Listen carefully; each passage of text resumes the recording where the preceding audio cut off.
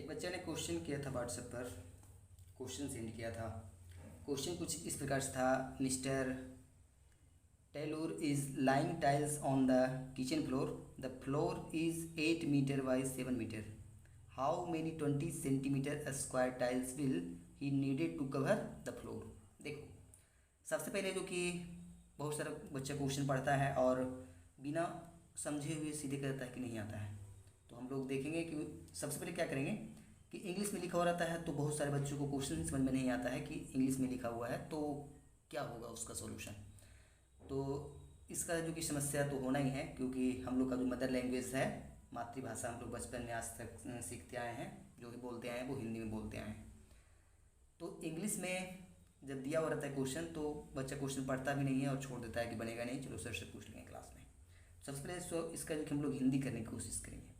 तो mister Taylor नाम का एक शख्स है जो कि क्या कर रहा है, इज़ लाइंग टाइल्स, मतलब वो टाइल्स लगाना चाहते हैं। कहाँ पर? On the kitchen floor. जो किचन का फ्लोर है, सबके घर में होगा किचन, तो उस फ्लोर पर है जो कि टाइल्स लगाना चाहते हैं।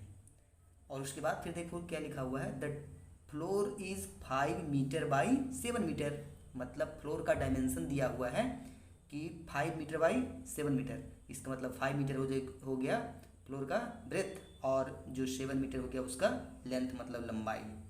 तो पूछ रहा है क्वेश्चन में कि how many 20 centimetre square tiles, मतलब कितने 20 सेंटीमीटर स्क्वायर के शेप के टाइल्स लगेंगे he needed to cover the floor, मतलब फ्लोर को ढकने में। तो क्वेश्चन है जो कि हम लोग इस प्रकार से समझेंगे कि मान लिया है कि ये जो मेरा पेज दिख रहा होगा छोटा सा, वो किचन का फ्लोर का डायमेंशन है और उसमें जो लेंथ है वो 7 मीटर है और उसका जो ब्रेथ है वो 5 मीटर का है। यहाँ पर 7 metre is equal to 700 centimetre और 5 metre is equal to 500 centimetre इसलिए लिया गया है क्योंकि जो क्वेश्चन में दिया हुआ है डायमेंशन फ्लोर का वो मीटर में है, और जो स्क्वायर का डायमेंशन दिया हुआ है, स्क्वायर शेप का जो टाइल्स है उसका सेंटीमीटर में दिया हुआ है। तो हम लोग को क्या करना पड़ेगा, क्वेश्चन में सॉल्यूशन करने से पहले जो यूनिट दिया हुआ है मीटर और सेंटीमीटर में, या तो जो मीटर में दिया हुआ है उसको हम लोग सेंटीमीटर में कन्वर्ट कर लें पहले, या फिर जो सेंटीमीटर में दिया हुआ है उसको हम लोग मीटर में कन्वर्ट कर लें, तभी जो कि हम लोग सॉल्यूशन करेंगे। ठीक है, तो हम लोग क्या किए, जो मीटर में दिया था उसको हम लोगों ने सेंटीमीटर में कन्वर्ट किया। तो 7 मीटर का मतलब 700 सेंटीमीटर और 5 मीटर का मतलब 500 सेंटीमीटर। 1 मीटर में 100 सेंटीमीटर होता है, इसलिए 7 मीटर में 700 सेंटीमीटर और 5 मीटर में 500 सेंटीमीटर। तो देखो होने वाला क्या है, जो टाइल्स है वो कुछ इस शेप का है, स्क्वायर की शेप का। इसमें जो इसका लेंथ है और जो ब्रेथ है वो दोनों बराबर होता है। पहले ही आप लोग को पता होगा कि जो स्क्वायर होते हैं उसका जो लेंथ और ब्रेथ दोनों बराबर होता है, और उसका जो वैल्यू है वो कितना है, 20 सेंटीमीटर का है। तो ऐसे ऐसे कितने टाइल्स इस पूरे कवर को, इस पूरे सरफेस को कवर करने में लगेंगे। तो देखो, यदि हम लोग सबसे पहले ब्रेथ वाइज यदि बात करते हैं तो देखो कितना लगेगा। एक टाइल्स यहाँ पर हो गया इस प्रकार से, एक टाइल्स इस प्रकार से यहाँ पर हो गया। तो देखो एक टाइल्स क्या कर रहा है, 20 सेंटीमीटर लेंथ वाइज भी कवर कर रहा है और 20 सेंटीमीटर ब्रेथ वाइज भी कवर कर रहा है। तो ऐसे ऐसे कितने टाइल्स लगेंगे इसको निकालने के लिए हमको क्या करना पड़ेगा, ये देखो यहाँ पर 20 सेंटीमीटर, फिर यहाँ पर 20 सेंटीमीटर, फिर आगे 20 सेंटीमीटर, फिर आगे 20 सेंटीमीटर, ऐसे ऐसे कितने टाइल्स लगेंगे। तो इसको निकालने के लिए हम लोग क्या करेंगे, जो 500 है में से डिवाइड करेंगे इसको 20 सेंटीमीटर को, तो कितना आ जाएगा 25। उसी प्रकार से यदि इस टाइल्स को यदि हम लोग बात करें तो लेंथ वाइज, तो इस प्रकार से हम लोग है जो कि सजा सकते हैं ऐसे ऐसे। फिर जो कितने टाइल्स लगाने पड़ेंगे, देखो इस प्रकार से, फिर यहाँ पर भी वही काम होगा, 20 सेंटीमीटर 20 सेंटीमीटर 20 सेंटीमीटर, कितना तक जाना पड़ेगा, 700 सेंटीमीटर तक। तो 700 सेंटीमीटर तक जाने के लिए कितने numbers of tiles length wise लगेंगे, इसको निकालने के लिए फिर से वही करना पड़ेगा, 700 में 20 सेंटीमीटर से डिवाइड करना पड़ेगा, तब जो कि नंबर्स ऑफ टाइल्स निकल करके आ जाएंगे लेंथ वाइज, और वो कितना निकल करके आएगा 35।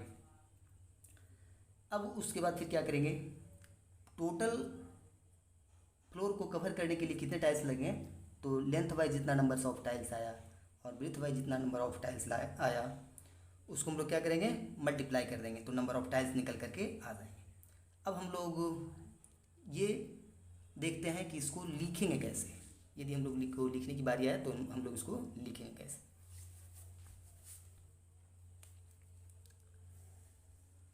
हम लोग अब इसको लिखेंगे कैसे, तो जो डाटा दिया हुआ है सबसे पहले उस डाटा को हम लोग लिखेंगे। तो जो ब्रीथ दिया हुआ है, breadth of floor is equal to 5 metre, इसका मतलब 500 सेंटीमीटर। 5 मीटर 500 सेंटीमीटर कैसे हो गया ये आप लोग को पता है।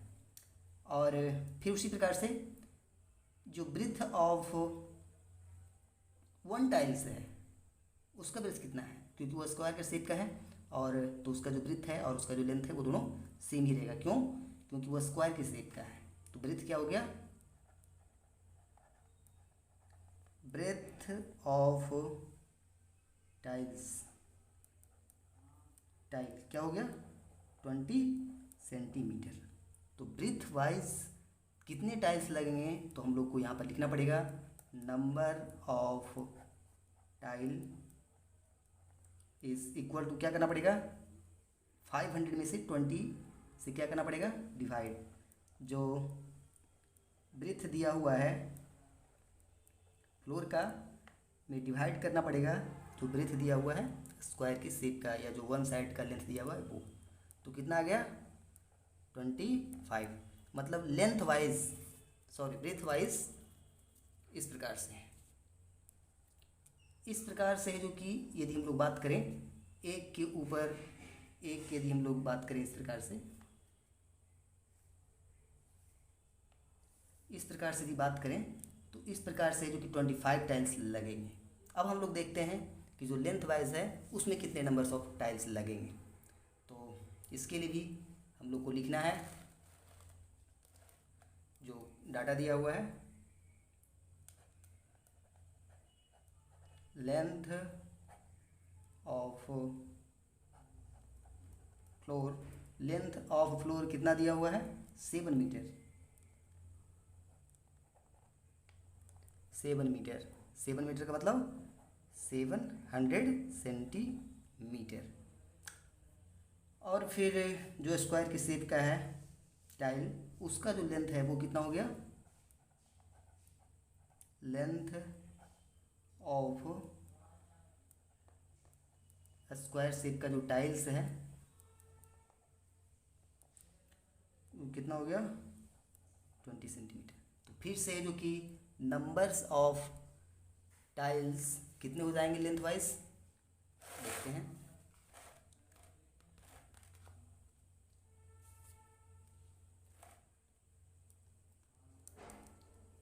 नंबर ऑफ टाइल्स कितने हो जाएंगे 700 सेंटीमीटर बाई 20 सेंटीमीटर का मतलब जब डिवाइड करोगे तो आ जाएगा 35।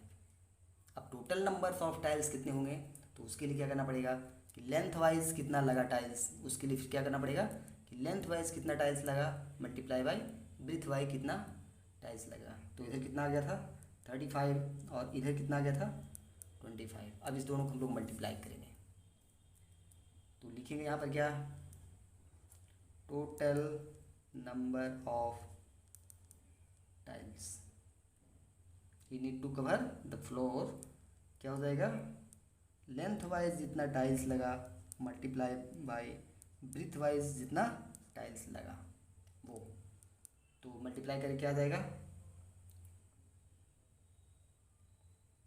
835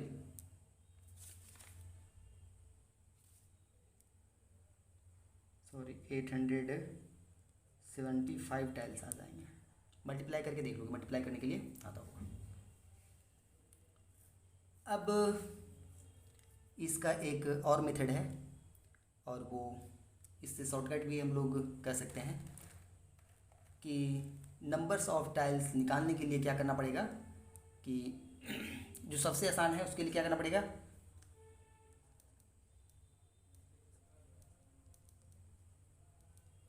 कितने होंगे उसके लिए क्या करना पड़ेगा, एरिया ऑफ फ्लोर को डिवाइड करना पड़ेगा एरिया ऑफ वन टाइल से। शॉर्टकट, यदि नंबर्स ऑफ टाइल्स निकालना है कि फ्लोर के ऊपर कितने टाइल्स लगेंगे, तो इसको निकालने के लिए सिंपली क्या करना है, जल्दी में हो, जब एग्ज़ाम में 1 मार्क्स में पूछेगा यदि, तो क्या करना है, एरिया ऑफ फ्लोर निकालना है और उसको डिवाइड कर देना है एरिया ऑफ वन टाइल्स से। तो जैसा कि लेंथ और ब्रेथ के बारे में पता है कि जो फ्लोर का दिया हुआ था वो लेंथ है जो कि 700 मीटर सेंटीमीटर था, और जो ब्रेथ है वो 500 सेंटीमीटर था।